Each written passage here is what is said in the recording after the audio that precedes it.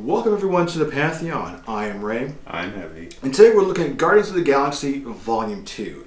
It's a movie that came out in 2017. It's a PG-13 with a runtime of 2 hours and 16 minutes. Doesn't feel that long. Was it a long? Did it feel like a long movie to you? To me, yeah. Yeah. Not a bad thing, but it was just... No, but I guess it's the way... Because, I mean, they gave James Gunn, who wrote and directed this movie, carte blanche to do whatever he wants. Mm-hmm. So I guess he kind of indulged a little bit. Yeah. Okay, so let's get into this. So it returns James Gunn as a director and writer and creative. And so the overview, what this is about. So we meet. It takes place 3 months after the original Guardians of the Galaxy. So there's a lot of stuff that goes on. You're wondering the time disparity. There's one flashback where we meet how Peter and parents met. It takes place in 1980 in Missouri. We get to meet Peter's father. That was the big mystery from the first movie. We didn't know who his father was.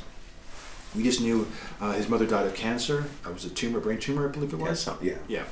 So we have one flashback to 1980, and then of course, 14 years later, he becomes a kid and gets abducted from Yondu. Mm-hmm. But the flashback shows us his father was an alien from another planet, and the one thing that no one really caught on to was that he planted to seed on Earth. That was the big thing, So fast forward now to 34 years later.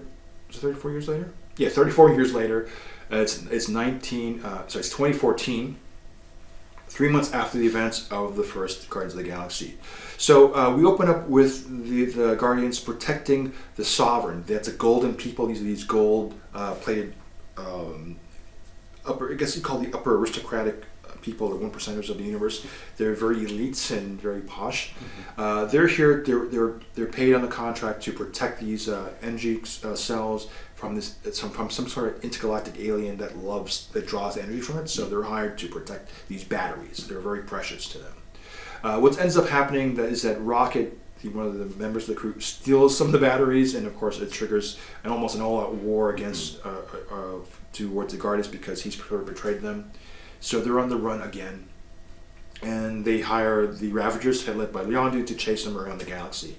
So what you're seeing is the Guardians being gunned down, shipwrecked, as you will, to this planet, and we meet this individual character who ends up being Peter's father, and then now we get to understand the backstory of the first film, why his father left, who his father is, how he's able to hold a Infinity Stone from the first movie, all the stuff like that. So the story is mostly about fathers and sons. It's about family. The idea of the first movie was about family. People who didn't have, like Drax, who lost his family, found a surrogate family. We meet a character named Mantis who became a pet to Peter's father. John finds a surrogate family within the Guardians. So it's a story. It's just to carry on the themes of family, unity, and it's a very positive message. I think James Gunn likes to follow having themes that that's family oriented. That has a message about positivity and it's kind of a feel good film. And when I say feel good too, it's that he also loves to interject his own music. And he in interviews he was saying he's surprised that the songs he wanted to use, that Disney legal was able to get the songs he wanted, and they were able to put it in.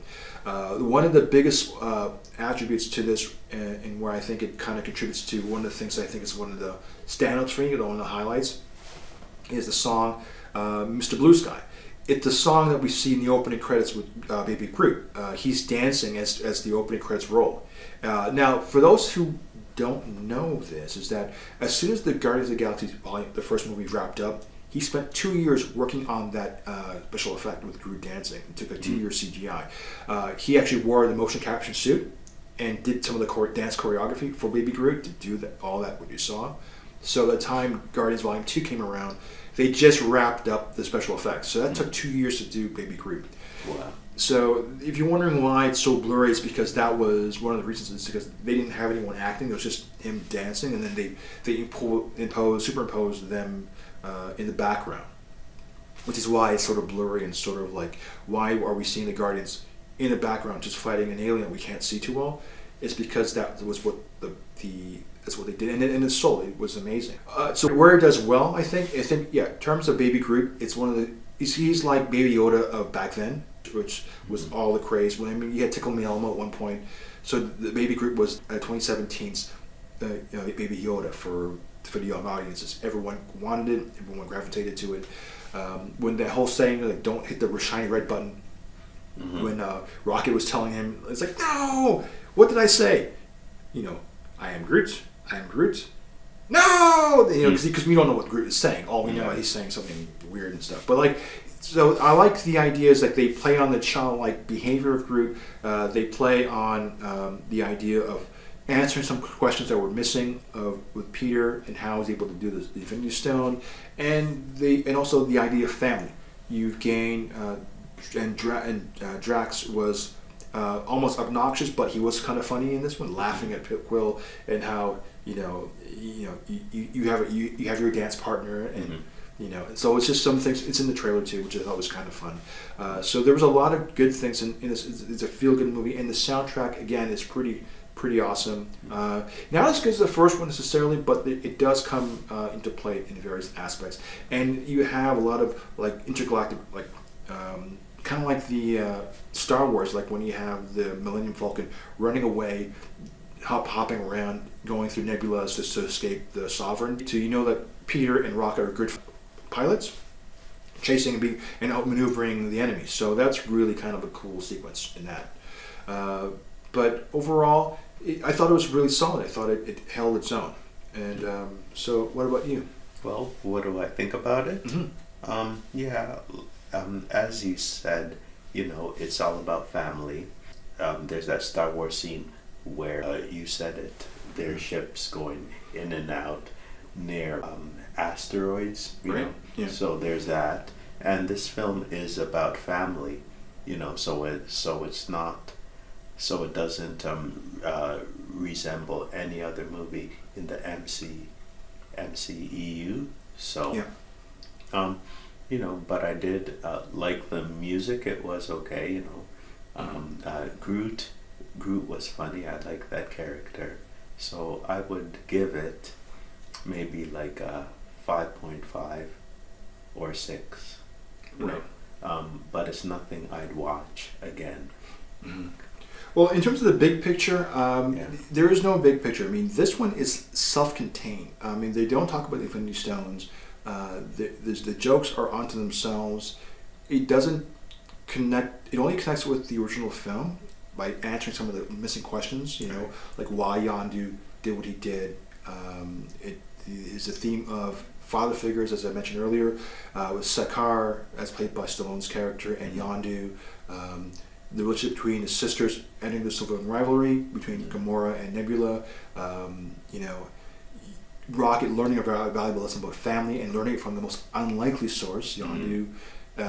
So there's a lot of, and of course, gaining a new member with Mantis to the family. So the idea of family is very important, I think. Taserface and the whole thing, it was really interesting too, with what Rocket did. But like in terms of the bigger picture, this one is because it's on its own.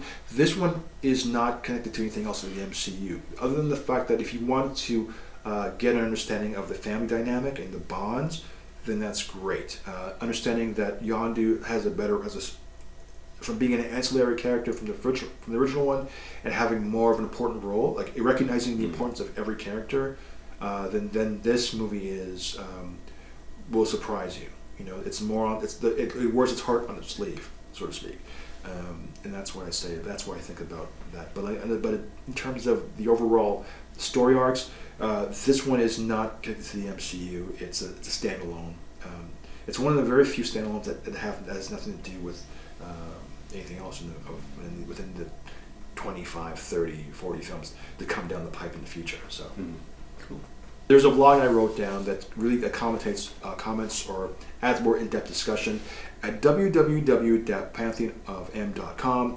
Also check out our audio podcast. I have a soundbite from our Niagara Falls Comic Con trip.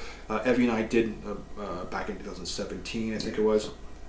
with Michael Rooker and Sean Gunn.